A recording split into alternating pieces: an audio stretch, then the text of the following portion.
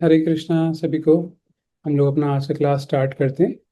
ओम अज्ञान तिमिरन्धस्य ज्ञानांजन शलाकया चक्षुरुन्मिलितं येन तस्मै श्री गुरवे नमः। नमो विष्णुपदाय कृष्णपृष्ठाय भूतले श्रीमते भक्ति वेदांत स्वामिनिति नामिने। नमस्ते सरस्वते देवे गौरवाणी प्रचारिणे निर्विशेषाय शून्यवादी पाश्चात्य देशतारिणे। जय श्री कृष्ण चैतन्य प्रभु नित्यानंद श्री अद्वैत गदाधर श्रीवासादि गौर भक्तवृंद। हरे कृष्णा कृष्णा कृष्णा हरे हरे, हरे राम राम राम हरे हरे। ओके, तो हम लोगों ने 16th चैप्टर तक कर लिया था वाल्मीकि रामायण में किष्किंधा कांड में। और हमने देखा था किस प्रकार से भगवान, लास्ट वाली क्लास में देखा था, भगवान राम ने सुग्रीव की हेल्प करने के लिए वाली को छिपके एक बाण मार दिया है और वाली तुरंत वहीं पे गिर पड़ता है। अब उसके बाद फिर अब भगवान उसके पास में जाते हैं। अब क्या है ना, बहुत इंपॉर्टेंट एक डिस्कशन आता है वाली का और भगवान राम के बीच में। वाली कुछ कुछ भगवान राम को बोलता है। वाली मरने वाला है, हाँ, वो उसके तीर लगा हुआ है अभी भी। और अभी वो कुछ कुछ बोल रहा है भगवान राम से और फिर भगवान उसका कुछ रिप्लाई करेंगे। तो ये डिस्कशन बड़ा पावरफुल है। अगर आप देखो, हमारी महाभारत को अगर देखो, महाभारत में भीष्म देव जब उनके बाण लग गए थे अर्जुन के द्वारा और वो डेथ बेड पे अपनी उस शैया पे पड़े हुए थे जो पूरे के पूरे बाणों से बनी हुई थी, उस दौरान युधिष्ठिर महाराज जाते हैं भीष्म देव के पास क्योंकि वो बहुत ज्यादा दुखी हो रहे होते हैं कि उनके चक्कर में लड़ाई हो गई है, सब हो गया। और फिर उस दौरान उनके क्वेश्चंस का जवाब देने के लिए भीष्म देव कुछ कुछ बोलते हैं। उनको बहुत सारी चीजें बोलते हैं एक्चुअली। तो वो वाला जो पार्ट है ना, जो भीष्म देव और युधिष्ठिर महाराज के बीच का जो संवाद है, बहुत ही हेल्पफुल, बहुत ही इंस्ट्रक्टिव, बहुत ही इंफॉर्मेशन से भरपूर है, लर्निंग से भरपूर है। एक डेथ बेड पर पड़ा हुआ व्यक्ति वो कुछ कुछ बोल रहा है। यहाँ पे भी लगभग सेम सिचुएशन हो रही है। यहाँ पे भी एक डेथ बेड पे पड़ा हुआ व्यक्ति वाली बात कर रहा है भगवान राम से, स्वयं भगवान से। लेकिन यहाँ पे थोड़ी भिन्नता है। वो कुछ अजीब तरीके से बात कर रहा है। जैसे भीष्म देव ने बात करी थी ऐसे नहीं कर रहा, वो बिल्कुल ही अजीब प्रकार से कर रहा है। तो अब हम वो देखेंगे कि वो कैसे कर रहा है। तो चैप्टर नंबर 17 मैं इसको शेयर करता हूँ।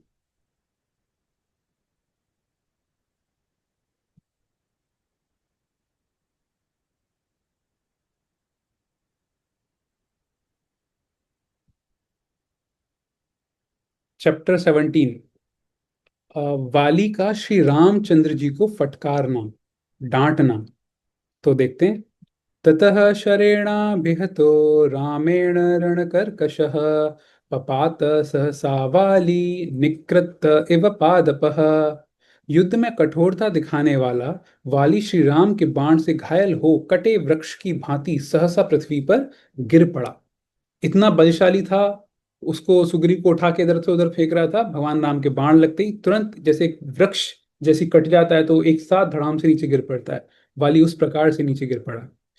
स भूमौ न्यस्त सर्वांगस्तप्त कांचन भूषणः अपतद देवराजस्य मुक्त रश्मिर इव ध्वजः। उसका सारा शरीर पृथ्वी पर पड़ा हुआ था। तपाए हुए स्वर्ण के आभूषण अब भी उसकी शोभा बढ़ा रहे थे। वह देवराज इंद्र के बंधन रहित ध्वज की भांति पृथ्वी पर गिर पड़ा था। तो हम लोग पहले भी ये देखे थे कि कई बारी ना किसी व्यक्ति का एक तरह से गिर पड़ता है या किसी व्यक्ति का फॉल डाउन होता है। मतलब उसकी, मतलब कुछ तो ना अनएक्सपेक्टेड सा होता है। अगर किसी व्यक्ति के साथ बहुत तरीके से, बहुत बुरी तरीके से पराजय होता है, तो पराजित होता है, तो उसकी पदवी किस से दी जा रही है कि इंद्र देवता जो हैं उनके ध्वज के गिरने के समान। क्यों? क्योंकि देखो, हमने पहले भी देखा था, इंद्र जो है देवी देवताओं के, उनके एक तरह से हेड हैं। ठीक है, इंद्रदेव बहुत ही पावरफुल देवता हैं वो। और उनका ध्वज, उनका झंडा गिर जाए, आप सोचिए। नॉर्मल भी देखिए, हम लोगों की मिलिट्री होती है, आर्मी होती है, केवल भारत की नहीं, किसी भी देश की। वो अपने झंडे से अपने आप को कितना आइडेंटिफाई करती है। झंडे को मतलब गिरने नहीं देते। मतलब कई सारे ऐसे पेट्रियोटिक देशभक्ति वाले गाने भी हैं ना, कि सर कटा देंगे लेकिन झंडे को नहीं गिरने देंगे। और ये हर एक उसमें ऐसा होता है। एक तरह से वो शान से रिलेटेड है, हमारे आत्मसम्मान से रिलेटेड है। तो इतना इंपॉर्टेंट चीज है कि सोल्जर्स अपनी जान गंवा देते हैं, उस झंडे को पकड़े रहते हैं। लेकिन तो उसी तरीके से इंद्र, जो कि देवताओं के राजा हैं और इतना सारे देख रेख कर रहे हैं भगवान की गाइडेंस में, उनका अगर जो ध्वज है, उनका झंडा अगर ऊपर से देवलोक से, इंद्रलोक से नीचे गिर पड़े, इसका मतलब एक तरह से कितनी बुरी तरीके से इंद्र पराजित पराजित हुए होंगे, जो कि उनका जो झंडा है वही नीचे गिर पड़ा। तो कितनी बहुत बड़ी लेवल की पराजय हुई है। उस चीज को कंपेयर करने के लिए कि वाली जैसा महान व्यक्ति, इतना शक्तिशाली व्यक्ति गिरा है, तो उसकी इंटेंसिटी वो दर्शाने के लिए यहाँ पे इंद्रदेव के ध्वज से कंपेयर किया है, जो कि गिर पड़ा है। वैसे अस्मिन् निपतिते भूमौ हर हर्यक्षाणां गणेश्वरे नष्ट चंद्रमिव व्योम न व्यरा जत मेदिनी। वानरों और भालुओं के यूथपति वाली के धराशायी हो जाने पर यह पृथ्वी चंद्र रहित आकाश की भांति शोभाहीन हो गई है। तो जिस प्रकार से, वैसे देखने में तो जो सितारे होते हैं रात को, वो भी बड़े सुंदर लगते हैं ना, टिमटिमाते रहते हैं, बड़े अच्छे लगते हैं। लेकिन चंद्रमा अगर नहीं है, एक्चुअल जो ब्यूटी है, सुंदरता है रात के आसमान की, वो चंद्रमा से आती है। मतलब वो बड़ा है, देखने में अच्छा लगता है, सुंदरता वो हमारे इमोशंस को भी डील करता है। तो यहाँ पे वैसे ही बता रहे हैं, जिस प्रकार से चंद्र रहित चंद्र रहित आकाश, अगर आकाश में से चंद्रमा को हटा दो तो कैसा लगेगा, उसी प्रकार से ये जो अब किष्किंधा जो राज्य है, इसमें से वहां का जो चंद्रमा जो थे वाली, वो एक तरह से अब हट गए। उस तरीके से शोभा खत्म हो गई है किष्किंधा राज्य की।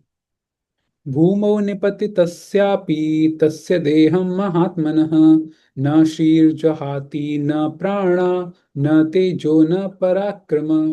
पृथ्वी पर पड़े होने पर भी महामना वाली के शरीर को शोभा, प्राण, तेज और पराक्रम नहीं छोड़ सके थे। मतलब अभी वो मरे नहीं है, अभी वो गिर गए। और वहां पे अभी भी वो बहुत ही तेजवान प्रतीत हो रहे हैं, है ना, बहुत हष्ट पुष्ट, बहुत ही शक्तिशाली हैं, तो वो अभी भी हैं वहां पे, अभी उनकी मृत्यु नहीं हुई है। शक्रदत्तावरामाला कांचनी रत्नभूषिता दधार हरिमुख्यस्य प्राणांस्तेजः श्रियं च सा। इंद्र की दी हुई रत्न जटित श्रेष्ठ स्वर्णमाला उस वानर राज के प्राण, तेज और शोभा को धारण किए हुए थी।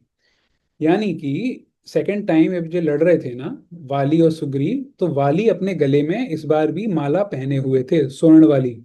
वो वाली जो माला थी ना, जिसको पहन के सामने वाले जिसके आमने सामने युद्ध कर रहे हैं, कि उसकी एनर्जी, उसकी शक्ति कम हो जाती है, इनकी शक्ति बढ़ जाती है, वही माला ये अभी भी पहने हुए हैं। तो वाली के गले में स्वर्ण की माला है, जो उनके पिता ने दी है, ठीक है, इंद्रदेव ने।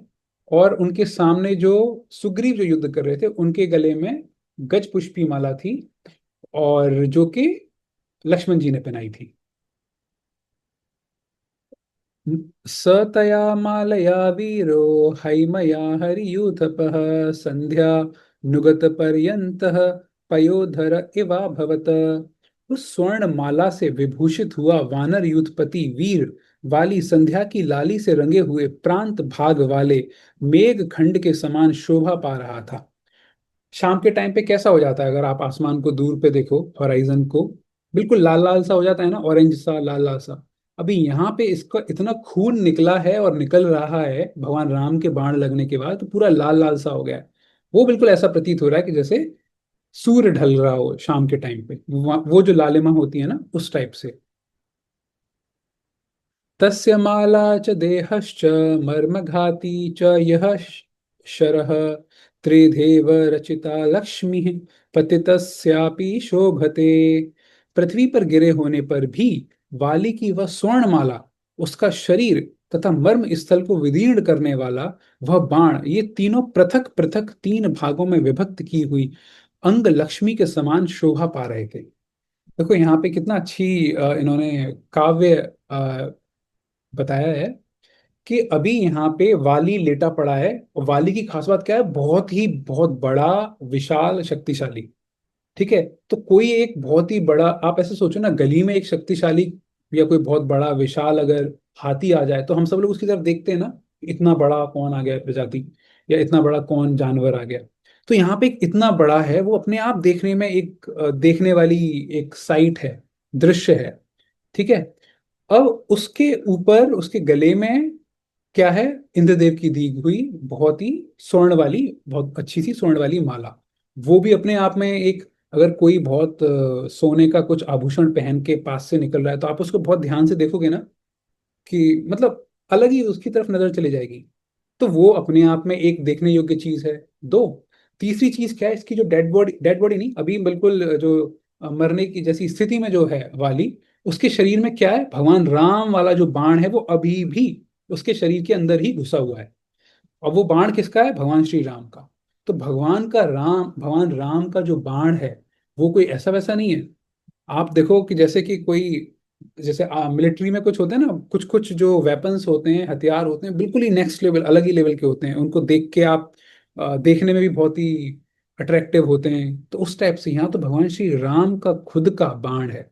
तो वो भी अपने आप में देखने योग्य साइट है, देखने योग्य दृश्य है। तो ये तीनों चीजें एक साथ हैं, एक बड़े विशालकाय शरीर वाला वाली, उसके गले में सुंदर सी स्वर्ण माला जो कि इंद्रदेव ने दी है, और उसके शरीर में भगवान श्री राम का भेजा हुआ बाण। तीनों अपने आप में अलग अलग, पृथक पृथक तीन भागों में विभक्त की हुई अंग लक्ष्मी के समान शोभा दे रहे हैं। ततस्त्रं तस्य वीरस्य स्वर्गमार्गप्रभावनं रामबाणासनक्षिप्तमावहत परमां गतिम। वीरवर श्री राम के धनुष से चलाए गए उस अस्त्र ने वाली के लिए स्वर्ग का मार्ग प्रकाशित कर दिया और उसे परम पद को पहुंचा दिया। अब यहाँ पे ये आ रहा है कि भगवान राम के द्वारा जो बाण उसको लगा है ना, ये बाण की वजह से वो स्वर्ग में जाने का हकदार हो गया, या बेसिकली स्वर्ग में वो जा सकता है। यहाँ एक सवाल ये आ सकता है कि भगवान के द्वारा अगर कोई मारा गया है तो वो तो एक तरह से स्पिरिचुअल वर्ल्ड जाता है, आध्यात्मिक जगत में जाता है। लेकिन यहाँ स्वर्ग वर्ग की बात कैसे हो रही है?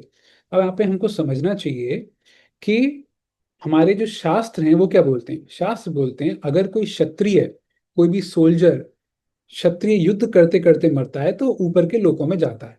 अभी यहाँ पे हमको पता है कि ये जो राम हैं वो भगवान हैं, तो इसलिए इनके द्वारा से कोई मारा जाएगा तो वो उसका बहुत ही अच्छा भला हो जाएगा, आध्यात्मिक लोक में जाएगा। लेकिन भगवान जब यहाँ पे जो जो अभी लीला कर रहे हैं, या यहाँ पे जो जो चीज हैं, वो भगवान भगवान की तरह नहीं है। राम भगवान वो एक मनुष्य की तरह है।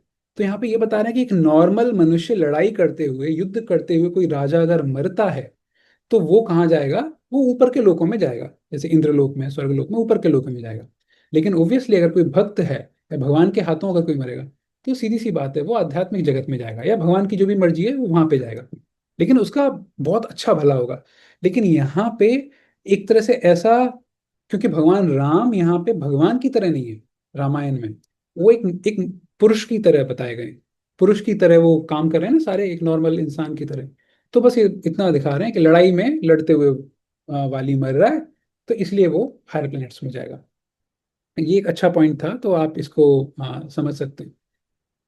तम तथा पतितं संख्ये गतार्चिषमिवानलं ययातिमिव पुण्या पुण्याते देवलोकादिहच्युतम् आदित्यमिव कालेन युगान्ते भुवि पातितं महेन्द्रमिव दुर्धर्ष मुपेन्द्रमिव दुस्सहं महेन्द्रपुत्रं पतितं वालिनं हेममालिनं व्यूढ़ोरस्कं महाबाहुं दीप्तास्यं हरिलोचनम। इस प्रकार युद्ध स्थल में गिरा हुआ इंद्रपुत्र वाली ज्वाला रहित अग्नि के समान, पुण्यों का क्षय होने पर पुण्य लोक से इस पृथ्वी पर गिरे हुए राजा ययाति के समान, तथा महाप्रलय के समय काल द्वारा पृथ्वी पर गिराए गए सूर्य के समान जान पड़ता था। तो यहाँ पे तीन कंपैरिजन किए गए हैं कि ये विशाल शरीर वाला जो वाली था, वो भी यहाँ पे पड़ा हुआ, वो ऐसा प्रतीत हो रहा था कि जैसे प्रलय के टाइम पे, महाप्रलय के टाइम पे सूर्य पृथ्वी पे आके गिर पड़ा हो, सूर्य ऊपर से नीचे गिर पड़ा हो। दूसरा इन्होंने दिया है कि पुण्य खत्म होना हो जाने की वजह से राजा ययाति का पृथ्वी पे गिरना। तो देखो ये सारी स्टोरीज है ना महाभारत में ज्यादातर आती है, कुछ कुछ रामायण के अलग अलग हिस्से में आती हैं। अभी के लिए आप इतना समझ लीजिए कि ययाति का एग्जाम्पल दिया है कि जब ययाति महाराज के पुण्य खत्म हो गए तो वो पृथ्वी पे किस तरह से आ गिरे। और फिर यहाँ पे क्या है, ज्वाला रहित अग्नि के समान एक अग्नि है। आप ऐसे सोचो कि अग्नि जलाई, वो जल गई, अब वो बुझ गई, जल चुकी है अब, यानी केवल राख राख सी बची हुई है, या फिर हल्का हल्का उसमें चिंगारी सी दिखती है ना, बस वो। कई बार हमने देखते हैं ना, जब हम होली के टाइम पे जब अग्नि जलाते हैं, तो जब अग्नि पूरी जल जाती है उसके बाद वो थोड़ा गरम गरम सा रहता है, लेकिन वो जो उसकी जो लौ है वो बुझ जाती है। तो वैसे यहाँ पे बताया गया है। उसके गले में सोने की माला शोभा दे रही थी। वह महेंद्र के समान दुर्जय और भगवान विष्णु के समान दुस्सह था। मतलब इनको, वाली को कोई जीत नहीं सकता था, इतने पावरफुल थे। भाई हमने देखा था कुछ समय पहले कि रावण को उसने किस तरह से अपनी बगल में दबा के कितना पूरी परिक्रमा लगा दी थी। उसकी छाती चौड़ी, भुजाएं बड़ी बड़ी, मुख दीप्तिमान और नेत्र कपिल वर्ण के थे। तो यहाँ पे बताया जा रहा है कि उनकी, मतलब शरीर से भी वो अंग कांति भी उनकी बहुत अच्छी थी, बहुत सुंदर सौंदर्य वाले थे वो।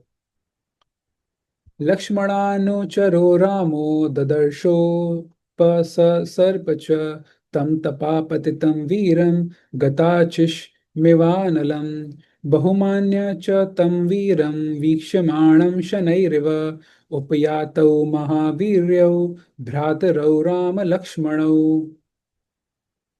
लक्ष्मण को साथ लिए श्री राम ने वाली को इस अवस्था में देखा और वे उसके समीप गए। भगवान राम पास में जाते हैं लक्ष्मण जी को साथ में लेके इनके पास, जहाँ पे वाली लेटे हुए हैं। इस प्रकार ज्वाला रहित अग्नि की भांति वहां गिरा हुआ वह वीर धीरे धीरे देख रहा था। आप ये वाला जो है ना डिस्क्रिप्शन है, अगर इसको थोड़ा सा भी इमोशंस, अपना हृदय ओपन करके देखेंगे ना, तो एक व्यक्ति जो कि बस मरने वाला है, अपने प्राण त्यागने वाला है, उसका बहुत ही डिटेल्ड ग्राफिक डिस्क्रिप्शन आने वाला है आगे के कई श्लोकों में, इनफैक्ट कुछ कुछ चैप्टर्स में।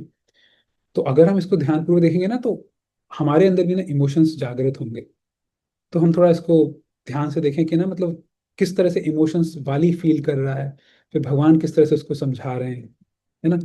तो देखो ये वाला जो सेंटेंस है ना, वहां गिरा हुआ वह वीर धीरे धीरे देख रहा था, मतलब बिल्कुल आखिरी टाइम पे किस तरह से धीरे धीरे वो देख रहा था। महापराक्रमी दोनों भाई श्री राम और लक्ष्मण उस वीर का विशेष सम्मान करते हुए उसके पास गए, रेस्पेक्टफुली।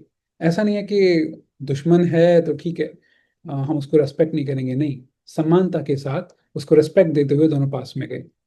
तं दृष्ट्वा राघवं वाली लक्ष्मणं च महाबलम् अब्रवीत् परुषं वाक्यं प्रश्रितं धर्म संहितम।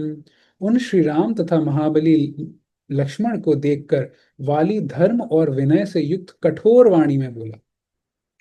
अब वाली बोलना स्टार्ट करेगा कठोर वाणी में, भगवान राम और लक्ष्मण को देख के।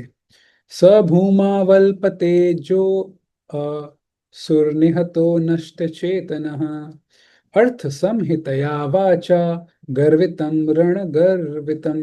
अब उसमें तेज और प्राण स्वल्प मात्रा में ही रह गया था, बिल्कुल आखिरी की कुछ सांसें बची हुई थी। वह बाण से घायल होकर पृथ्वी पर पड़ा था और उसकी चेष्टा धीरे धीरे लुप्त होती जा रही थी। उसकी वो होती है ना कॉन्शियसनेस, चेतना, सोचने समझने की शक्ति, वो सब बिल्कुल धीरे धीरे सब कुछ अब उसका कम होता जा रहा है। उसने युद्ध में गर्व युक्त पराक्रम प्रकट करने वाले गर्वीले श्री राम से कठोर वाणी में इस प्रकार कहना आरंभ किया। तो अभी यहाँ पे भगवान राम के लिए कहा गया है कि भगवान राम ने गर्वीले श्री राम, है ना, कि भगवान राम ने गर्व के साथ वो युद्ध करा था। तो यहाँ बेसिकली यहाँ गर्व का मतलब है कॉन्फिडेंस के साथ, कि भगवान बहुत ही एश्योर्ड थे, भगवान बहुत ही कॉन्फिडेंट थे कि उनको अपने भक्त सुग्रीव को बचाना है, और उस कॉन्फिडेंस के साथ उन्होंने इस वाली को मारा था, जो कि आगे के एक दो अध्याय में डिटेल में भगवान राम खुद एक्सप्लेन करेंगे इस चीज को। त्वं नराधिपतेः पुत्रः प्रथितः प्रियदर्शनः पराङ्गमुखवधं कृत्वा कोऽत्र प्राप्तस्त्वया गुणः यदहं युद्ध संरब्ध इस स्तवत्कृते निधनं गतः। रघुनंदन, आप राजा दशरथ के सुविख्यात पुत्र हैं।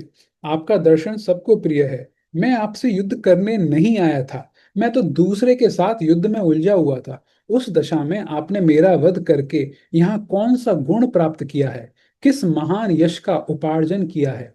भाई, मैं तो आपसे लड़ने भी नहीं आया था, किसी और से लड़ रहा था। आपने छुपके मुझे मार दिया। आपको कौन सा यश मिल गया? कौन सा आपको रेस्पेक्ट मिल गया? कौन सी बड़ी आपने उपाधि प्राप्त कर ली? कौन सा गुण मिल गया आपको? क्योंकि मैं युद्ध के लिए दूसरे पर रोष प्रकट कर रहा था, किंतु आपके कारण बीच में ही मृत्यु को प्राप्त हो गया। ये बोल रहा है भाई, मैं तो किसी और पे गुस्सा कर रहा था, किसी और से गुस्से में युद्ध कर रहा था, लेकिन उस युद्ध को आपने बीच में ही रुकवा दिया। खुद आपने मुझको मार के, मेरी बीच में मृत्यु आ गई, इसलिए मैं उस युद्ध को पूरा नहीं कर पाया। ये बोल रहे हैं वाली। कुलीनः सत्त्व संपन्नस्ते जस्वी चरितव्रतः रामः करुणवेदी च प्रजानां च हिते रतः सानुक्रोशो महोत्साहं साह समयज्ञो दृढव्रतः इत्येतत् सर्वभूतानि कथयन्ति यशो भुवि। इस भूतल पर सब प्राणी आपके यश का वर्णन करते हुए कहते हैं, श्री रामचंद्र जी कुलीन, सत्व गुण संपन्न, तेजस्वी, उत्तम व्रत का आचरण करने वाले, करुणा का अनुभव करने वाले, प्रजा के हितैषी, दयालु, महान उत्साही, समयोचित कार्य एवं सदाचार के ज्ञाता और दृढ़ प्रतिज्ञ हैं। आप समझ रहे हैं क्या बोलने की कोशिश कर रहे हैं? वाली बोल रहे हैं कि भाई, मैंने तो आपके लिए ये सारे के सारे एडजेक्टिव सुने थे, ये सारे के सारे विशेषण सुने थे। आपकी ये विशेषताएं थी कि आप करुणा वाले हो, करुणा करते हो, आप प्रजा का हित करते हो, आप दयालु हो। और देखो ये चीज, समयोचित कार्य, आप जो कार्य करते हो समय के हिसाब से, समय और परिस्थिति के हिसाब से कार्य करते हो। मैंने ये सब आपके बारे में अच्छी अच्छी चीजें सुनी थी, लेकिन ये क्या कर दिया आपने कि मुझको यहाँ बीच में इस तरह से मार दिया। तो आपने जो मुझे मारा है, वो किसी भी एंगल से दयालु वाला कार्य नहीं लगता, करुणा वाला कार्य नहीं लगता, और इस समयोचित कार्य भी नहीं लगता। इस बात को ये अब बोलेंगे। दमः शमः क्षमा धर्मो धृतिः सत्यं पराक्रमः पार्थिवानां गुणा राजन् दंडश्चाप्यपकारिषु। राजन, इंद्रिय निग्रह, मन का संयम, क्षमा, धर्म, धैर्य, सत्य, पराक्रम तथा अपराधियों को दंड देना, ये राजा के गुण हैं। आप देख रहे हो, भले ही वाली के बाण लगा है, उसकी बिल्कुल मरने जैसी स्थिति में है, लेकिन कितनी लॉजिकल बात बोल रहा है। कुछ गलत नहीं बोला यहाँ पे। जो इन्होंने वाली ने बोला भगवान राम के गुण, सच है, भगवान राम के गुण हैं। और अभी यहाँ पे जो बोल रहा है कि एक लीडर के क्या गुण होने चाहिए, एक राजा के, कि खुद का संयम होना चाहिए, क्षमा करने वाला होना चाहिए, पराक्रमी होना चाहिए, वो गुण बता रहे हैं। तो अभी भी चेतना बिल्कुल बराबर है उनको। तान गुणान संप्रधार्य हम ग्रयम चाभिजनम तव तारया प्रतिषिद्धः सन सुग्रीवेण समागतः। मैं आप में इन सभी सद्गुणों का विश्वास करके आपके उत्तम कुल को याद कर तारा के मना करने पर भी सुग्रीव के साथ लड़ने आ गया। आपको याद है पिछले अध्याय में हमने क्या देखा था? भगवान तारा ने कई बार कोशिश करी वाली को ना भेजने की, रोकने की। और तारा ने ये भी कहा था कि भगवान राम उसके साथ हैं, सुग्रीव के साथ। और आपको याद होगा, तब उसने क्या कहा था? वाली ने उसने कहा था भगवान राम तो धर्म वाले हैं, और भगवान राम से तो मेरी कोई दुश्मनी है ही नहीं। तो वो तो उनके बारे में तो सोचो मत, वो तो मुझे किसी भी हालत में नहीं मारेंगे। सेम चीज अब वो याद कर रहा है अपनी वाइफ की कही हुई, तारा की कही हुई, कि जब तारा ने मुझको मना किया था, मैंने इसीलिए उसकी बात नहीं मानी, क्योंकि मुझे पता था आप तो सद्गुणों से भरपूर हो, आप उत्तम कुल से हो, आप ऐसा गड़बड़ नहीं करोगे कि किसी और की लड़ाई में आप बीच में घुस के ऐसा करोगे। ये मैंने नहीं सोचा था। तो आज हम यहीं तक रखेंगे। आगे का और ये क्या क्या, अभी तो धीरे धीरे ये आप देखिएगा, आगे के श्लोक में पता चलेगा कि न कितने कितने अपशब्द बोलते हैं ये वाली। ये हम लोग कल देखेंगे। तो आज की क्लास से रिलेटेड अगर किसी को कुछ प्रश्न है या कुछ पूछना चाहता है तो अपने आप को अनम्यूट करके बोल सकते हैं। हरे कृष्णा प्रभु जी, दंडवत प्रणाम। हरे कृष्णा। मेरा कोई प्रश्न तो नहीं है, लेकिन कुछ कुछ पॉइंट्स हैं जो मेरे को बहुत अच्छे लगे आज। जैसे कई बार होता है कि वी आर रियली जजमेंटल, और उस कलयुग में ऐसा होता ही है कि हमारे पास एक मिरर नहीं है जिसमें हम सेल्फ इंट्रोस्पेक्शन कर सकें, बट वी जज द अदर पीपल फर्स्ट। जैसे अभी वाली का देखिए। देन वाली ने चलिए वहां तक राज तो छीना ही था, मतलब उनसे जो राजपाट था वो छीन का सुग्रीव को निष्कासित कर दिया। अभी तो उनकी जो स्त्री थी यानी कि उतनी पत्नी, उनको भी उनके साथ मतलब रख ही लिया था उन्होंने। तो वो ये चीज स्वयं ना देखकर जब उन पर विपत्ति आई और वो श्री राम के द्वारा उनका जो है उद्धार फिर हो गया, तब वे सारी जो भी नैतिकता होती है एक राजा के होने की, एक लीडर के होने की, वो भगवान को मतलब भगवान श्री राम को एक एक करके गिनाने लगे। पर एज ए लीडर वो कहीं ना कहीं उन वर्च्यूज में वो लैक किए ना, तब ये प्रॉब्लम्स इतनी ज्यादा बढ़ गई। तो मतलब मुझे लगता है कि मैंने इससे यही सीखा, ये मेरा पर्सनल ओपिनियन भी लग सकता है, बट मैंने यही सीखा कि हम लोग दूसरों के लिए जजमेंटल ज्यादा होते हैं। वही चीज है जब हमारे सामने सिचुएशन आती है, हम कितना उस स्केल पर मतलब खरे उतर पाए हैं उन वर्च्यूज पर। देन अगर हमारे साथ कुछ गलत होता है तो हम चाहते हैं कि दूसरों से हम वही एक्सपेक्ट करते हैं कि वो उतनी मोरालिटी दिखाएं, जबकि हमने नहीं दिखाई होती है। बहुत अच्छा पॉइंट बोला। Thank you. सेम ही चीज है। एक तरह से ये भी तो राजा थे, ये किष्किंधा के राजा थे। तो ये जब यहाँ पे राजा की क्वालिटी गिना रहे हैं भगवान राम के लिए कि करुणा करुणा वाला, दयालु, ये सब, और इनके इनका खुद का क्या, इन्होंने अपने भाई को ही इस तरह से इतना सब कुछ उसके साथ उल्टा उल्टा पुल्टा किया। तो बिल्कुल सही पॉइंट है कि अपने ऊपर जब आता है तो फिर आदमी बेसिकली डबल स्टैंडर्ड टाइप का हो जाता है। तो आप देखोगे भगवान राम इसी चीज को, जब ये जो कुछ बोल रहे हैं ना इसका जो जवाब देंगे ना, तो भगवान राम का एक ये वाला पॉइंट भी होगा जो भी आपने बताया। थैंक यू, आपने ये वाला पॉइंट शेयर किया। कोई और कुछ कहना? हरे कृष्णा। यस प्रशांत प्रभु। तो जी मेरा एक प्रश्न है कि जैसे बाली और सुग्रीव में युद्ध चल रहा है बहुत टाइम से, तो जब उन्होंने तीर मारा था उनके, तो बहुत अच्छे से रिप्रेजेंट कर रहा है बाली भगवान श्री राम के लिए। तो बाली को सारी बात मतलब सारी बात पता थी उनको कि ऐसे ऐसे राम के इनको गुणगान सारा पता था, लेकिन फिर भी उन्होंने ऐसे काम किया, वो चीज थोड़ा भगवान राम का गुणगान पता था फिर भी उसने क्या किया? मतलब फिर भी ऐसे काम किया कि मतलब सुग्रीव की पत्नी को ले गए और ऐसे। फिर भी वो ऐसे बोल रहा है, आपकी बीच में आवाज चली गई थी, आप ये तो कह रहे हो ना, आपका सवाल ये है ना कि जब वाली को ये सब पता था भगवान राम के बारे में, फिर भी वो भगवान राम से ऐसा क्यों बोल रहा है? हाँ मतलब उन्होंने बहुत गलत काम भी किया था, क्योंकि सुग्रीव की पत्नी को भी हर के ले गया था वो। तो वो हाँ, चीज। इसका आंसर भी भगवान राम बताएंगे। एक बहुत ही क्रूशियल पॉइंट भगवान राम आगे बताएंगे। लेकिन आप ये सोचिए, वही तो, कि वाली को भगवान राम के बारे में पता था, लेकिन वाली को ऐसा लगा कि भगवान राम अगर यहाँ पे आ भी गए हैं, सुग्रीव के साथ मित्रता कर भी ली है, तो वो हम दोनों की लड़ाई के बीच में खुद आके युद्ध नहीं करेंगे, वो मुझको नहीं मारेंगे। उसका मेन प्रिमाइस जो था वो ये था वाली का, कि भगवान राम बीच में ऐसे टांग नहीं लड़ाएंगे क्योंकि हम दोनों का युद्ध है। और यहाँ पे एक फंडामेंटल पॉइंट आएगा जब भगवान राम उसको एक बहुत ही इंपॉर्टेंट पॉइंट बताएंगे कि क्यों उन्होंने जो बीच में टांग लड़ाई या बीच में उन्होंने ये जो एंटर किए, वो बिल्कुल भी गलत नहीं है। तो उसके लिए आपको थोड़ा सा वेट करना पड़ेगा, आई थिंक अगले एक दो उसमें। ये एक पॉइंट। लेकिन भैया एक चीज लेकिन भैया एक चीज अच्छी हुई है कि भगवान श्री राम ने सबके बार किया है। जैसे कोई और पर्सन होता है ना, तो मतलब बहुत ज्यादा गुस्से में रहता है, यार तूने इस तरीके से क्यों किया मेरे साथ। लेकिन बाली ने जो उनसे बात की है वो अच्छे से वो आपकी आवाज explain चली की गई। है। हेलो, अब आ हाँ रही है? हाँ अब वॉइस प्रॉपर है मेरी? हाँ हाँ, बोलिए। मैं ये बोल रहा था कि मतलब अगर ऐसे राम जी ने उनको मतलब तीर मारा है छुप के, अगर कोई और पर्सन ऐसे होता तो उसको बहुत ज्यादा बुरा लगता, वो उल्टा भला बोल देता है। लेकिन बाली ने एक कितनी समझदारी दिखाई कि राम को किस तरीके से उसने बोला है, बहुत अच्छे से रिप्रेजेंट किया है उनके बारे में, एक अच्छे से बोला भी है। ये चीज ठीक लगा मुझे। अरे प्रभु, अभी आपने आगे के श्लोक देखे नहीं है, जो हम कल श्लोक पढ़ेंगे ना, तब आप अपना इस वाली स्टेटमेंट को चेंज कर लोगे। अभी वाली क्या क्या बोलने वाला है आगे भगवान राम को, तो आपको पता चलेगा कल। अभी उसने बोलना स्टार्ट नहीं किया। ठीक है, बहुत उल्टा पुल्टा बोलेगा। Okay bro. हम्म। चलो आज का क्लास हम लोग यहीं तक रखते हैं।